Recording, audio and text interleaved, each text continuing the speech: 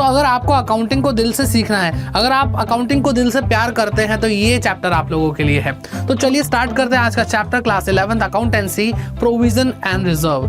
ठीक है, ये प्रूडेंस कंसेप्ट बिल्कुल एकदम आप, ये मुझे लगता है पता है क्या मानता है, ये मानता है कि भाई आप बिल्कुल मनुष्य टाइप के हो, आपका जो बिजनेस है बिल्कुल मनुष्य, सब कुछ ऊबड़ खाबड़ खराब ही होगा, तो आपको क्या करना है, सारी बुरी चीजों के लिए तैयार रहना है। तो ये कंसेप्ट ना, ये अप्रोच बहुत अच्छी भी लगती है, ये हमारे प्रैक्टिकल लाइफ में भी बहुत अच्छी लगती है कि अगर हम बुरे वक्त के लिए पहले ही तैयारी कर लें, अच्छे वक्त को हम कंसीडर ना करें, लेकिन अच्छा वक्त जब आएगा, सोचो बुरे वक्त की तैयारी कर रहे हैं, लेकिन अच्छा वक्त आता, कितना सुकून मिलता है। Hello everyone, welcome to commerce Adda 24/7। My name is Aman Mehta और आज हम पढ़ने वाले हैं एक बहुत ही ज्यादा इंपॉर्टेंट चैप्टर, जो कि आपको शायद ना लगे ऐसा, क्योंकि ये चैप्टर आपको एग्जाम के पॉइंट ऑफ व्यू से ज्यादा मार्क्स नहीं दे सकता, लेकिन ये बहुत सारे ऐसे चैप्टर्स को करने में मदद करता है, बहुत सारे ऐसे कंसेप्ट को क्लियर करने में मदद करता है जो आपको बहुत सारे मार्क्स देते हैं।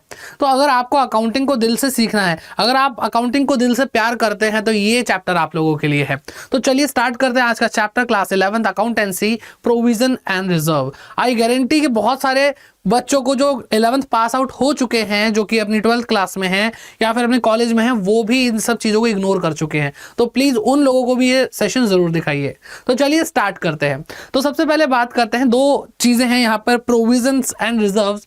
तो हम बात करना शुरू करते हैं प्रोविजन से। प्रोविजन क्या होते हैं, ठीक है। तो देखो सिंपल सी चीज़ ये है कि आपको, जैसा कि यहाँ पे बैकग्राउंड में ही दिख रहा था कि भाई अपने पास बहुत सारा पैसा है और सारा पैसा तो हम अपने मतलब बांट तो सकते नहीं है ना, अपना सारा जो प्रॉफिट आया उसको यूज तो कर नहीं सकते, उसको थोड़ा संभाल के भी रखना पड़ता है, उसको थोड़ा संभाल के पोटली बना के रखना पड़ता है, गुल्लक में डाल के रखना पड़ता है। तो बिल्कुल यही चीज क्या कहते हैं, सोच के ये बैकग्राउंड आपके लिए लाया गया है और यही चैप्टर की थीम होने वाली है कि प्रोविजंस और रिजर्व्स एक तरह की गुल्लक होते हैं, बट थोड़ा थोड़ा डिफरेंस होता है, तो उसके बारे में पढ़ते हैं। तो provisions is an amount set aside. Provision क्या है बेटा, एक अमाउंट है जो कि साइड रख दिया गया है। तो ये जो सेट असाइड वर्ड है, ये बहुत ही ज्यादा यूज होगा इस चैप्टर के अंदर, बहुत ही मजा आएगा। ठीक है, तो ऐसा अमाउंट जो हमने साइड रख दिया है by charging it to profit and loss account. कैसे साइड रख दिया, प्रॉफिट एंड लॉस अकाउंट में चार्ज करके। दैट मींस कि हमने प्रॉफिट एंड लॉस अकाउंट के डेबिट साइड पे दिखाया है।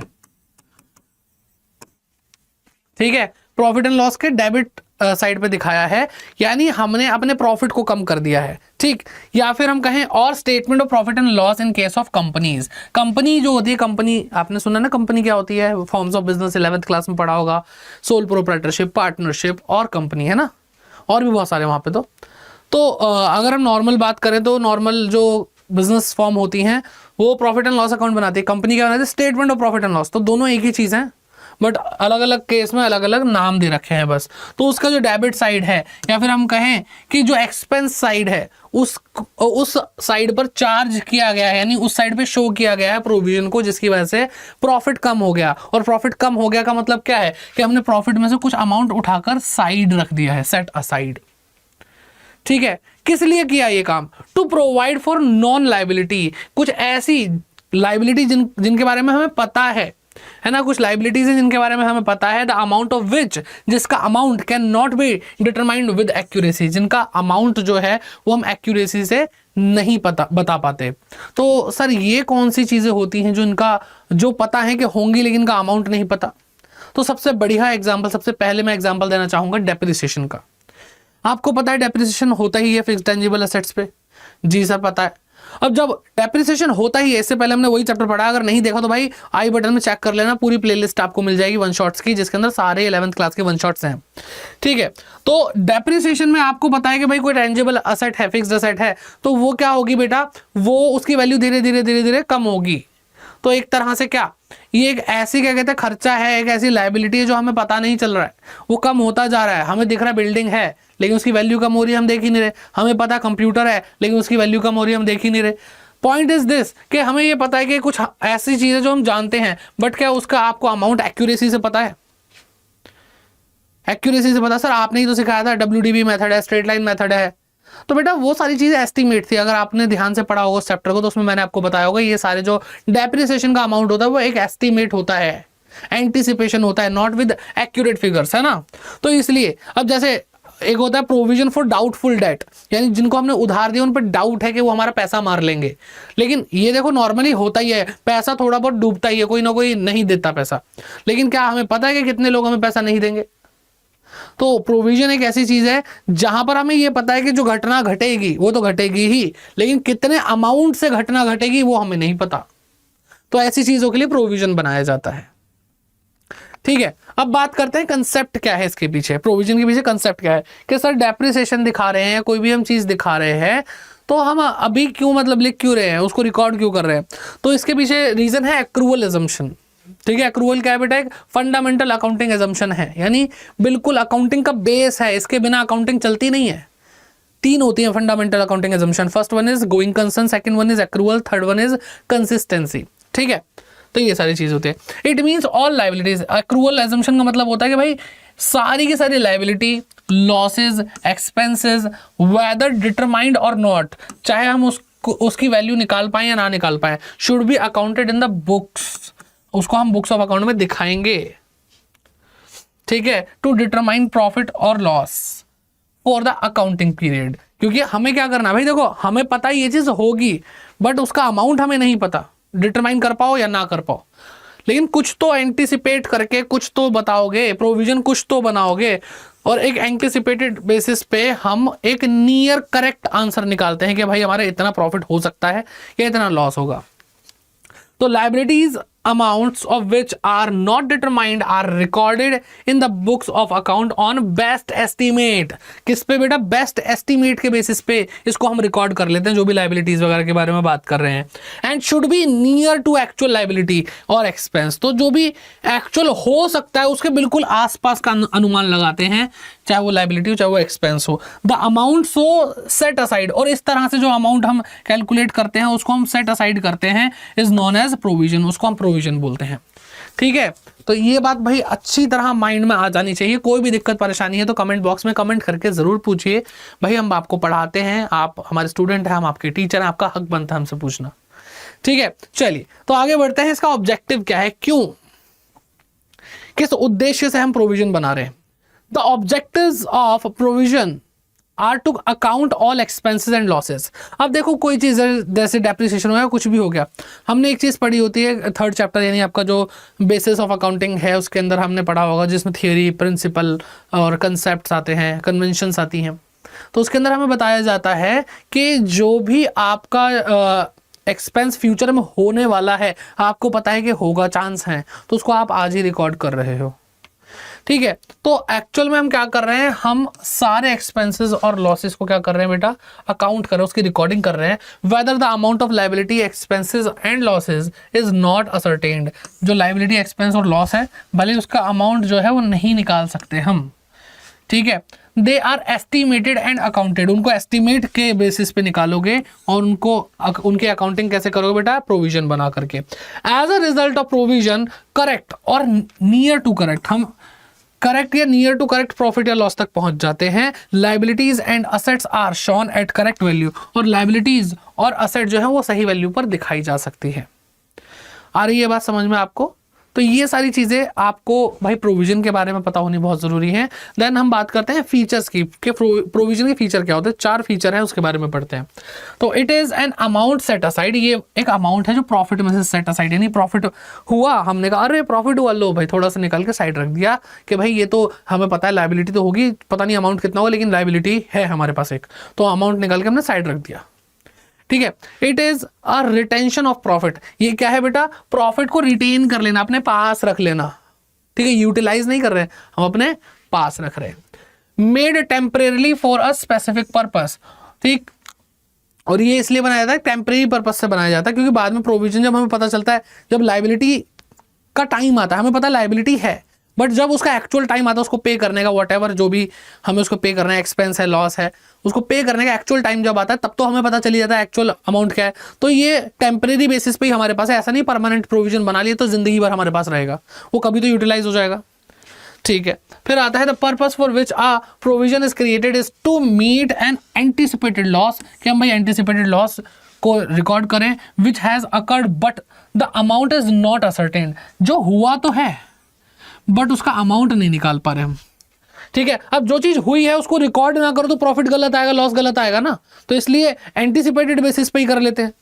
ओके, नॉन डिप्लीशन और diminishing in the value of asset, इससे हमें क्या पता चलता है, हमें डिप्लीशन मतलब डिप्लीशन और डिनोमिनेशन मतलब वैल्यू कम होने का ही होता है, मतलब उसकी एक्चुअल वैल्यू हमें पता चल जाए, मतलब एक नियर करेक्ट वैल्यू पता चल जाती है। A liability which has been known to have arisen, और उसके बारे में हमें पता चलता है कौन सी लाइबिलिटी आने वाली है, और उसके लिए हम पहले से ही तैयार हो पाते हैं क्योंकि हमने प्रोविजन बना लिया। अब भाई अगर आप अपने पिगी बैंक के अंदर पैसे जोड़ते रहोगे कॉइन्स डालते रहोगे तो वो पैसा जो इकट्ठा हो रहा है वो आपके बुरे वक्त में ही तो काम आएगा। ठीक है, जब लाइबिलिटी आपके सर पे आ जाएगी तब आपके यूज में आ जाएगा वो प्रोविजन, अगर नहीं बनाओगे तो भाई कैसे तैयार रह पाओगे, है ना। The exact amount of anticipated loss और the depletion in the value of the asset और the liability is not ascertained और ascertainable at the time of accounting. अब यहाँ पे exact amount of anticipated loss, ये सारी चीजें पता चलने लग जाती है, बहुत सारी चीजें आपको रिपीटेड फील हो रही होंगी तो इसको स्किप कर सकते हैं हम। It is a charge to profit and loss. Charge का मतलब पता है क्या होता है बेटा, कंपलसरी नेचर की चीज, 12th क्लास में आप और अच्छे से समझ पाएंगे, जो कंपलसरी होता है। ये प्रॉफिट एंड लॉस अकाउंट में यानी प्रॉफिट को कम और लॉस को बढ़ाने वाला काम है। ये ऐसी चीज है जो होगी ही होगी, जिसको आपको रिकॉर्ड करना ही करना है प्रोविजन को, if there is a known liability. ठीक है, ये चार्ज है, ये प्रॉफिट को कम कर रही है और लॉस को बढ़ा रही है अगर लॉस है तो। ठीक है, इंपॉर्टेंस क्या है इसकी, provision is an amount set aside. देखो मैं कह रहा हूं ना, इतना यूज करेंगे आप, कभी भी थियोरेटिकल क्वेश्चन आएगा तो आप क्या करोगे, कभी भी आएगा तब आप सेट असाइड वर्ड यूज कहीं ना कहीं करोगे ही। ठीक है, तो इसको दिमाग में रखना, कुछ और वर्ड यूज मत करना क्योंकि ये कीवर्ड है हमारा, थ्योरी के अंदर कीवर्ड्स बहुत जरूरी होते हैं। Provision is an amount set aside out of current earning. Point is this कि करंट अर्निंग से लिया जाता है बेटा, ऐसा नहीं पुराना कोई प्रॉफिट पड़ा उसमें से, करंट अर्निंग से इसको हटाया जाता है, डिडक्ट किया जाता है, चार्ज किया जाता है। Considered necessary to provide for all losses that are expected to arise out of transaction entered into during the accounting period. तो अकाउंटिंग पीरियड के दौरान जो भी ट्रांजैक्शन में हम इन्वॉल्व हुए हैं उससे एक्सपेक्टेड लॉस को हम उससे होने वाले लॉस, जो एक्सपेक्टेड लॉस है उसको हम क्या कहते हैं, हैंडल कर सके करंट अर्निंग से, तो वो इसलिए प्रोविजन यूज होता है। Provision is made to retain future operating performance. और अगर आप प्रोविजन बना के रख रहे हैं तो आपके पास सेव है पैसा, ठीक है, आपने बचा के रखा है और उससे फ्यूचर की जो ऑपरेटिंग परफॉर्मेंस है उस पर अच्छा असर पड़ेगा। ठीक है, undistributed by the loss arising out of the transaction of the prior period. क्योंकि अगर मान लो, देखो अगर मुझे लगता है कि भाई मेरे फैमिली में किसी की तबीयत खराब होगी और मैं उसके लिए पहले से ही पैसा बचाऊंगा तो मैं ज़्यादा से ज़्यादा बचाऊंगा, तो अगर भगवान न करे कभी तबीयत किसी की खराब हुई भी तो उतना फिर क्या होगा बेटा, हमारे पास एक्स्ट्रा ही बचेगा। तो वो अनडिस्ट्रीब्यूटेड जो है जो भी प्रोविजन है वो हमारे आगे के लॉसेस को, आगे की परफॉर्मेंस मतलब लॉसेस को संभालने के लिए और आगे की परफॉर्मेंस को अच्छा करने के लिए यूज हो जाएगा।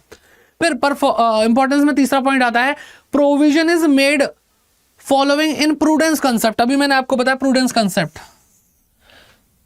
प्रूडेंस कंसेप्ट को फॉलो करते हुए बनाया जाता है कि भाई फ्यूचर में वो खर्चे होने हैं, मैं आज ही रिकॉर्ड कर रहा हूं क्योंकि मुझे पता है कि भाई मेरे को संभावना लग रही है कि फ्यूचर में कुछ हो जाएगा ऐसा।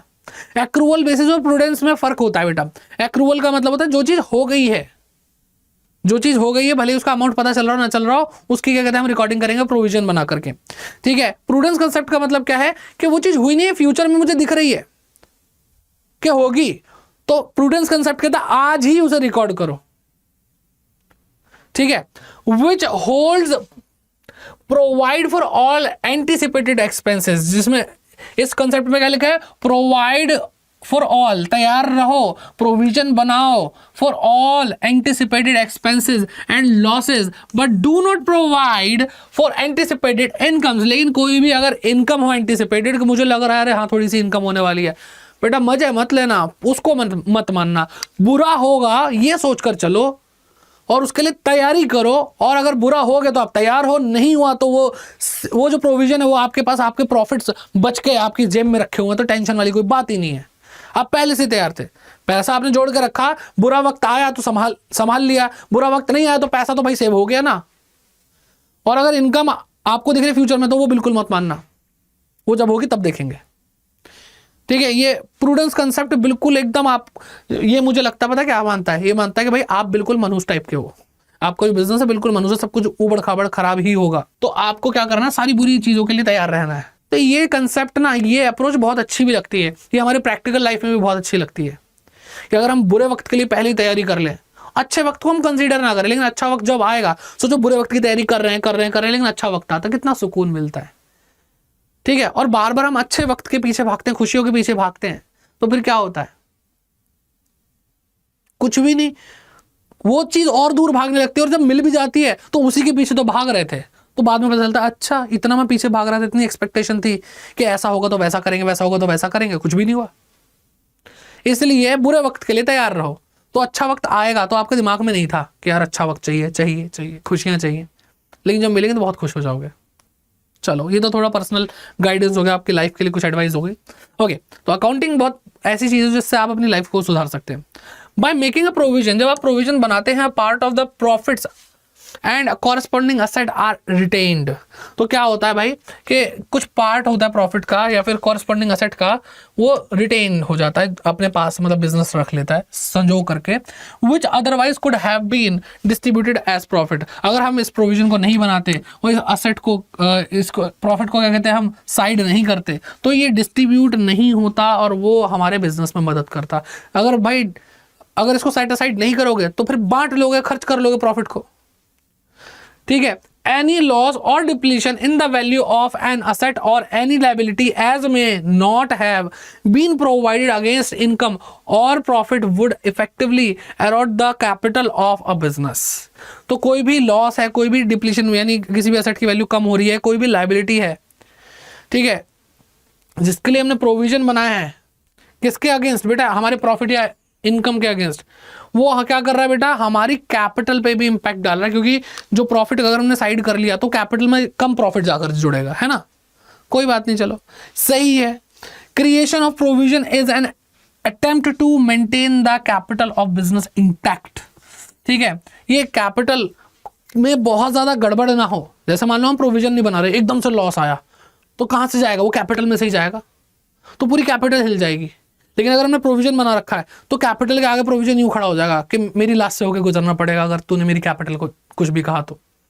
समझ लो, तो बहुत ही कमाल की चीज है। प्रोविजन एक सेवियर की तरह काम करता है कैपिटल पे, और अगर बिजनेस की कैपिटल हिल गई ना बेटा तो फिर गड़बड़ हो जाएगी, बिजनेस संभलता नहीं है। तो इसलिए प्रोविजन इतने जरूरी है। ओके, अब बात करते हैं रिजर्व्स की। प्रोविजन तो हमने अच्छे से पढ़ लिया, ठीक। रिजर्व्स क्या है, reserves are the amount set aside. Oh my God, ये भी सेट असाइड है। हाँ बेटा, मैंने बोला ना ये सौतेले कजन ब्रदर्स हैं कि भाई वो भी सेट असाइड होता है, ये भी सेट असाइड होता है, वो भी प्रॉफिट से होता है, ये भी प्रॉफिट से होता है, लेकिन फर्क है। It is an appropriation. वो चार्ज था बेटा, चार्ज मतलब कंपलसरी, एप्रोप्रिएशन मतलब प्रॉफिट हुआ तो ठीक है, प्रॉफिट हुआ तो बनाएंगे रिजर्व, ठीक है, प्रॉफिट हुआ तो बनाएंगे। एप्रोप्रिएशन एक तरह, एप्रोप्रिएशन का सही मतलब होता है बंटवारा करना, बांटना, कि प्रॉफिट हुआ चलो बांटते हैं, ठीक है। तो ये भी एक अमाउंट है, प्रॉफिट में सेट असाइड किया जाता है, लेकिन ये एप्रोप्रिएशन नेचर का है। या कोई प्रॉफिट हुआ या कोई इकट्ठा प्रॉफिट हुआ पड़ा है, उसको हम क्या करते हैं, रिजर्व में कन्वर्ट करते हैं, ताकि हम अपने बिजनेस की फाइनेंशियल पोजीशन को स्ट्रेंथन कर पाए, मजबूत कर पाए, ठीक है। Reserves are not set aside to meet a liability. जैसे प्रोविजन लायबिलिटी मीट करने के लिए, लायबिलिटी को संभालने के लिए, डेप्रिसिएशन को संभालने के लिए एसेट की यूज किया जाता था, रिजर्व उसके लिए यूज नहीं किया जाता। But it is set aside to meet known और अननॉन कंटिंजेंसी। वहां पे तो सिर्फ नॉन लायबिलिटी होती थी, यहां पे नॉन और अननॉन, हमें पता भी नहीं है कि ऐसा होगा भी या नहीं होगा, फिर भी हम उसके लिए तैयारी कर रहे हैं। मतलब प्रोविजन जिसको हम जानते हैं लेकिन उसका अमाउंट नहीं पता, उसके लिए तैयार हो रहे हैं। रिजर्व उससे भी ऊपर वाली चीज है, बहुत ही ऊपर लेवल की चीज है। कहता है कि जिसको तुम जानते हो उसके लिए तुम तैयारी कर सकते हो, लेकिन मैं उसके लिए तैयार होता हूं जिसको मैं जानता भी नहीं हूं। मान लो भाई कुछ भी भूकंप आ जाए या कुछ हो जाए, ये हो जाए वो हो जाए, मैं क्या कर रहा हूं, मैं अननोन कंटिंजेंसी। कंटिंजेंसी का मतलब क्या, फ्यूचर में कोई चीज हो सकती है नहीं हो सकती, जिसकी हैपनिंग क्लियर ना हो, जो होना क्लियर ना हो, इवेंट क्लियर ना हो, यानी वो घटना घटेगी या नहीं घटेगी ये भी नहीं पता। प्रोविजन किस लिए बनता है कि भाई हमें अमाउंट नहीं पता, ये पता घटना तो वो घटेगी, लेकिन यहां पर हमें ये भी नहीं पता कि एक्चुअल में वो चीज होने वाली है या नहीं होने वाली है। तो सोचो हम एक एक्सट्रीम लेवल पे जाकर के अपने आप को बहुत सिक्योर कर रहे हैं, तब रिजर्व तब बनते हैं। तो इससे क्या समझ में आया, पहले जो नॉन लाइबिलिटीज है उनके लिए तैयारी करो तो प्रोविजन ज्यादा जरूरी है, क्योंकि वो चीज तो होनी ही है। और अगर आपका बिजनेस अच्छा प्रॉफिट कमा रहा है तो रिजर्व्स भी बनाओ, क्योंकि जो होना है उसके लिए तो हम तैयार हैं, जो नहीं भी होना उसके लिए भी तैयारी कर लो कि बाई चांस कुछ हो गया तो हम तो बस बहुत ही अच्छे तरीके से हैंडल कर पाएंगे। बात समझ में आ रही है? तो इसको अगर हम शॉर्ट में देखें तो बेटा अगर हम प्रोविजन में यहां पे लिख रहा हूं और यहां पे मैं रिजर्व लिख रहा हूं, तो दो ही तो चीजें, एक तो इवेंट है कि इवेंट वो होगा या घटना घटेगी या नहीं घटेगी, एक है भाई अमाउंट उसका। तो बेटा यहां पे प्रोविजन में तो ये क्लियर है कि इवेंट घटेगा, बट ये क्लियर नहीं है कि अमाउंट क्या होने वाला है। रिजर्व की केस में इवेंट भी अननोन है और अमाउंट भी अननोन है ना, ये तो सुपरमैन है भाई, ये फर्क है। ठीक है, अब इंपॉर्टेंस पे आते हैं। रिजर्व्स की इंपॉर्टेंस क्या होती है? Reserves are important in a business to strengthen the financial position. वो भाई हमारी known liability, known losses, known expenses को हैंडल कर रहा है, जिसका अमाउंट असरटेन करना है मुश्किल है। लेकिन रिजर्व क्या कर रहा है? रिजर्व ये सब नहीं कर रहा, कह रहा है कि भाई फाइनेंशियल पोजीशन को मैं स्ट्रॉन्ग करके दिखाऊंगा। ठीक है, the creation of reserve enables the enterprise to sail through difficult financial period, कि बहुत ही मुश्किल है ना फाइनेंशियल कंडीशंस आ जाएंगी तो भी हम तैर के दिखाएंगे, उसमें डूबेंगे नहीं। The purpose of reserve can be, तो क्या क्या रिजर्व के पर्पस हो सकता है, किस लिए हम बना रहे हैं? तो एक्सपेंशन ऑफ बिजनेस, बिजनेस को अगर हम बढ़ाना है, इंप्रूवमेंट ऑफ फाइनेंशियल पोजीशन इसलिए, रिडेम्पशन ऑफ लाइबिलिटी, लाइबिलिटी को पे ऑफ करने के लिए। ठीक है, क्योंकि नॉन और अननोन दोनों था बेटा, देखो यहाँ पे। ठीक है, क्या लिखा था बेटा? नॉन और अननोन दोनों के लिए ही था। तो बेसिकली नॉन के लिए तो प्रोविजन बन ही जाते हैं, तो मेरा ध्यान यहाँ पे अननोन पे ज्यादा है। ठीक, मीटिंग अनफोर्सिन कंटिजेंसी, ऐसी चीजें जो हमने जिंदगी में कभी नहीं देखी, जैसे कोविड आया था, किसी को पता था हो सकता है ऐसा? तो अगर उस टाइम पे जिसने रिजर्व्स बनाए होंगे वो संभाल गया होगा अपने आप को।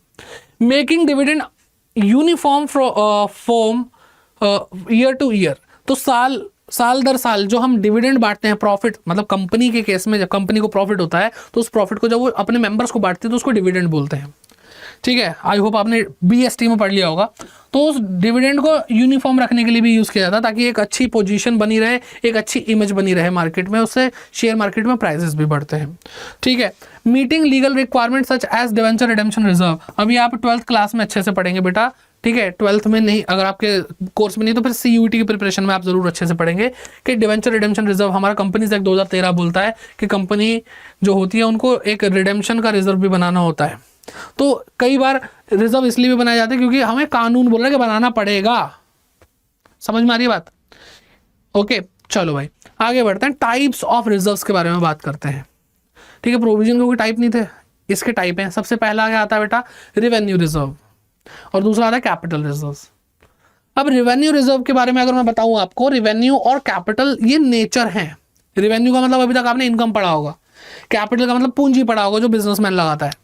लेकिन यहां पर ये मतलब नहीं है। देखो थोड़ा अकाउंटिंग के अंदर ना कैपिटल के 2-3 मतलब निकल जाते हैं, रेवेन्यू के भी 2-3 मतलब निकल जाते हैं। तो अभी मैं आपको बता रहा हूं यहाँ पे क्या मतलब है। रेवेन्यू नेचर की चीजें जो बहुत कम होती, जो बहुत बार फ्रिक्वेंटली होती हैं, और कैपिटल नेचर की चीजें जो होती हैं वो बहुत ही कम होती हैं। ठीक है, तो अगर मैं यहीं पे थोड़ा बहुत बताने की कोशिश करूं तो रिजर्व क्या भाई? प्रॉफिट में से निकाला गया अमाउंट जो कि कैपिटल नेचर का होना चाहिए, यानी ऐसा प्रॉफिट जो बहुत ही कम हुआ, मतलब बहुत ही कम होता है। ऐसे प्रॉफिट जो बहुत कम होते हैं, जैसे बिल्डिंग बेच दी मैंने, क्या मैं बिल्डिंग बेचता रहता हूँ? आज भी बेच दी, कल भी बेच दी, फिर बेच दी? नहीं भाई, एक बार इंसान लेता है, बिल्डिंग लेता है, घर लेता है, और उसको कई 10, 15, 20 साल, 100 साल बाद भी बेचता है। तो क्या उससे अगर प्रॉफिट हो रहा है तो वो क्या डेली होने वाला प्रॉफिट है? क्या फ्रिक्वेंटली होने वाला प्रॉफिट है? नहीं।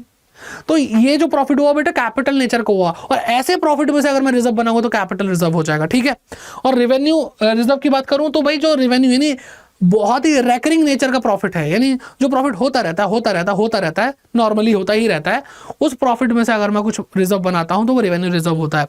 तो इसके भी 2 टाइप होते हैं रेवेन्यू रिजर्व के। ठीक है, एक होता है जर्नल रिजर्व, एक होता है स्पेसिफिक रिजर्व। जर्नल का मतलब पता है क्या होता है? आमतौर पर जो रिजर्व बनाए जाते हैं, मतलब जर्नल रिजर्व मतलब किसी भी पर्पस से यूज कर लो। जनरल रिजर्व मतलब किसी भी पर्पस से यूज कर लो। स्पेसिफिक रिजर्व का मतलब होता है भाई कि एक पर्टिकुलर पर्पस की वजह से हमने रिजर्व बनाया कि इसी चीज के लिए यूज करोगे और किसी चीज के लिए यूज नहीं करोगे। इसका एग्जांपल अगर हम ले तो स्पेसिफिक रिजर्व एक नाम मैं बता देता हूँ, वर्कमैन कंपनसेशन रिजर्व। कि भाई वर्कमैन मतलब लेबर एम्प्लॉइज इन सब की बात हो रही है।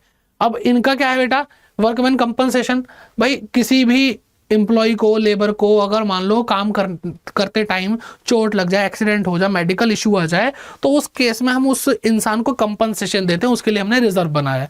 तो वो क्या है बेटा, यहाँ पे क्लियर कर दिया हमने, यहाँ पे रिजर्व बनाने का मकसद क्लियर कर दिया, एम क्लियर कर दिया कि हमने वर्कमैन के कंपनसेशन के लिए रिजर्व बनाया है। तो वो क्या हो गया बेटा, एक स्पेसिफिक रिजर्व हो गया।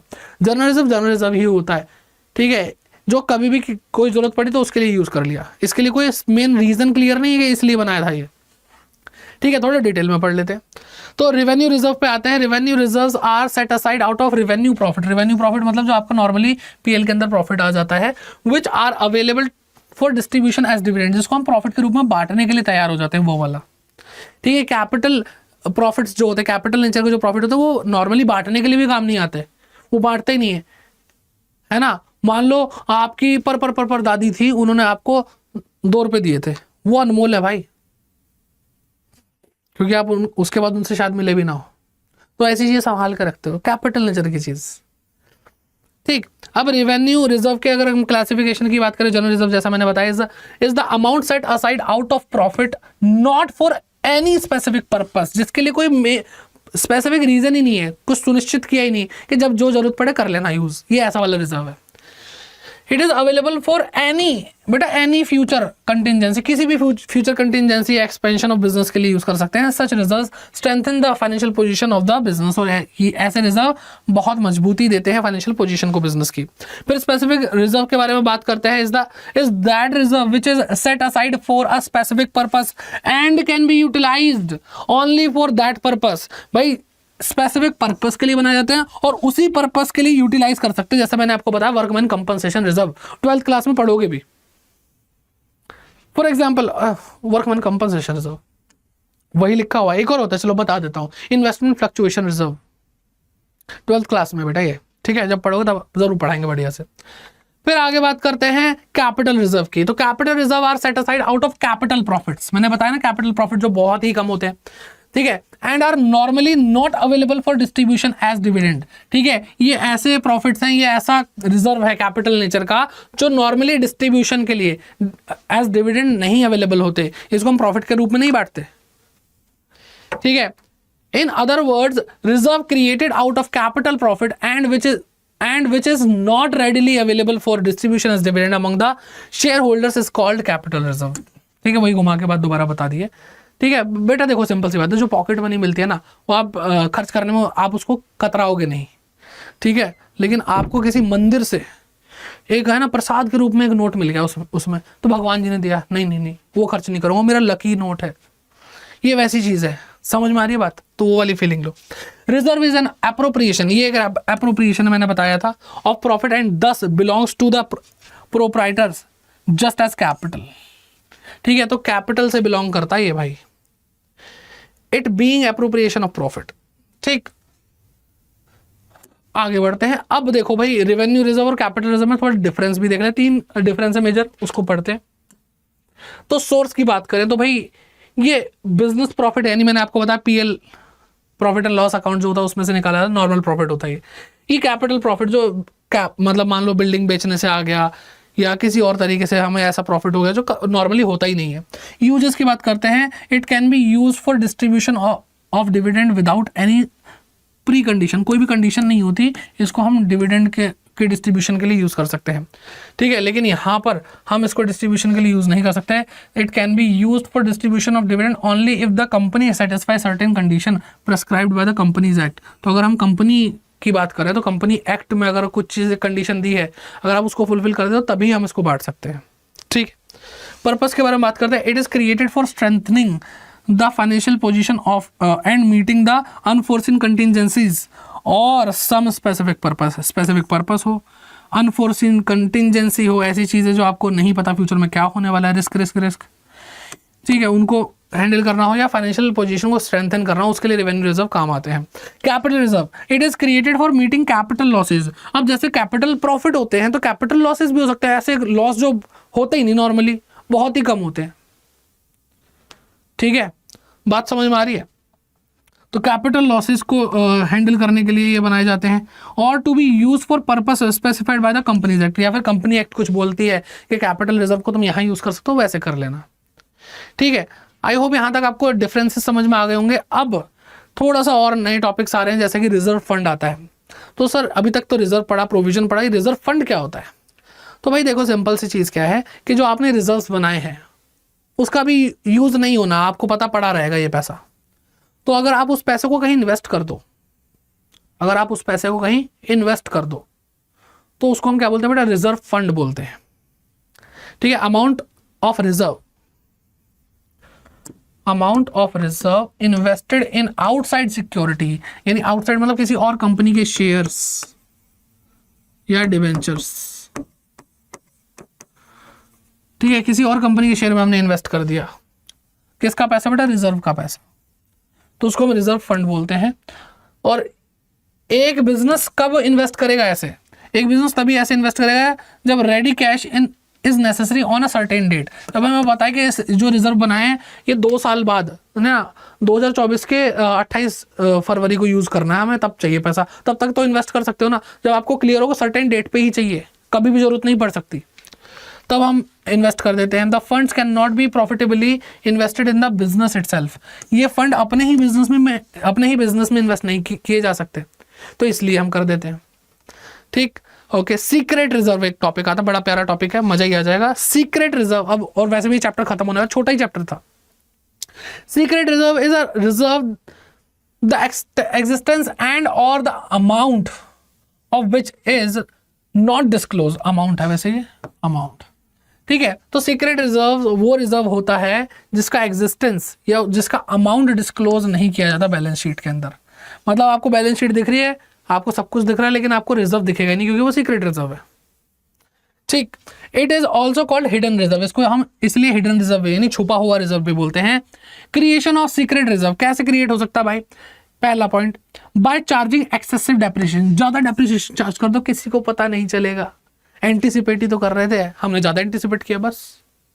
ये अजीब अजीब बातें हैं। By under valuing stock in trade and goodwill. अब बेटा देखो, रिजर्व हम क्रिएट करना चाह रहे हैं। रिजर्व कब क्रिएट होगा? रिजर्व तब क्रिएट होगा जब हम एक्सपेंस फालतू का दिखा देंगे।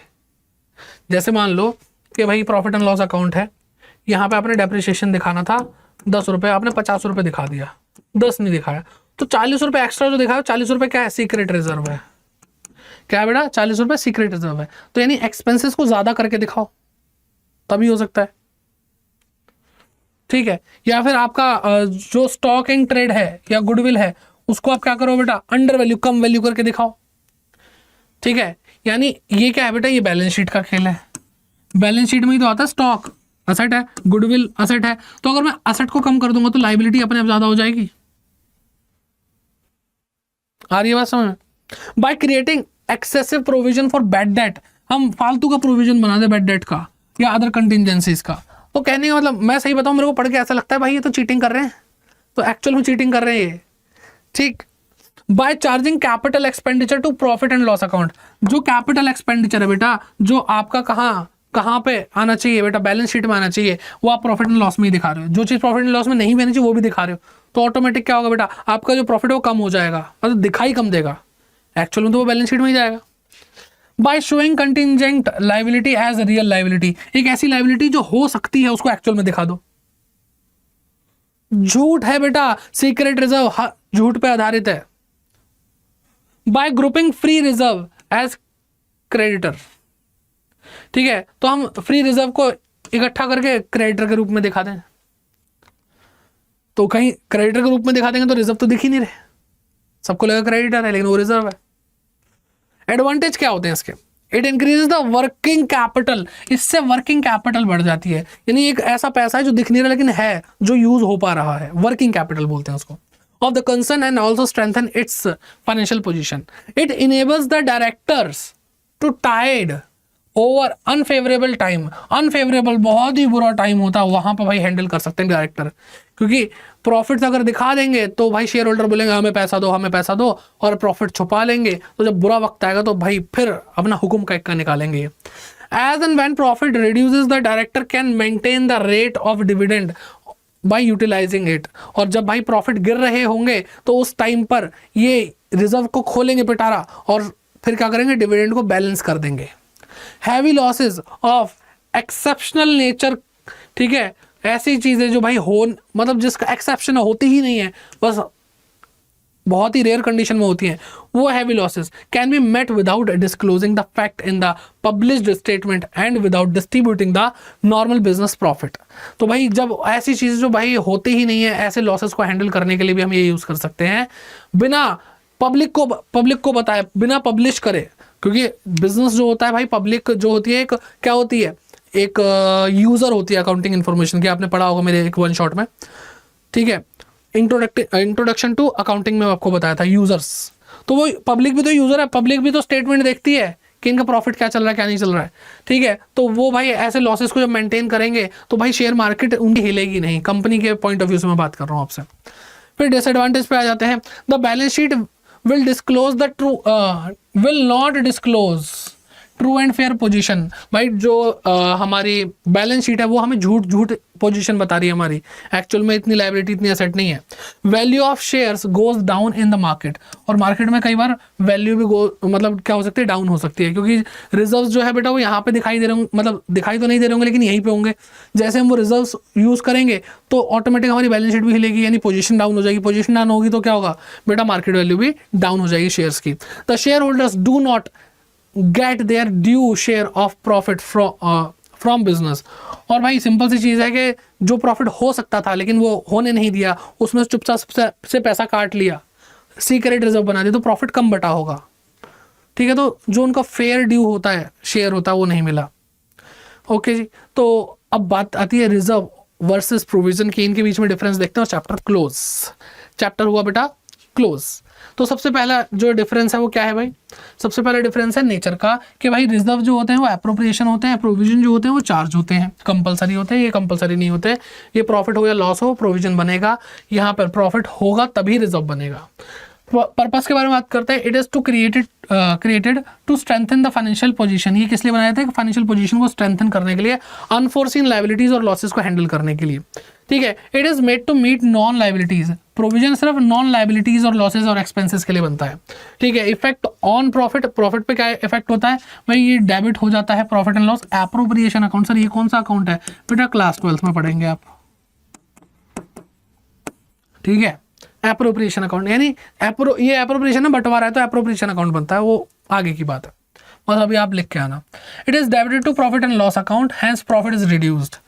तो यहाँ पर जो प्रॉफिट है वो पीएल अकाउंट में नहीं गया, ये जो रिजर्व बन रहा है पीएल अकाउंट से नहीं बन रहा है, पीएल एप्रोप्रिएशन से बन रहा है, इसलिए आपको जो प्रॉफिट है वो अफेक्ट नहीं हो रहा। लेकिन प्रोविजन जब बनता तो आपका जो प्रॉफिट है वो रिड्यूस हो जाता है, क्योंकि वो प्रॉफिट एंड लॉस अकाउंट से बन रहा है।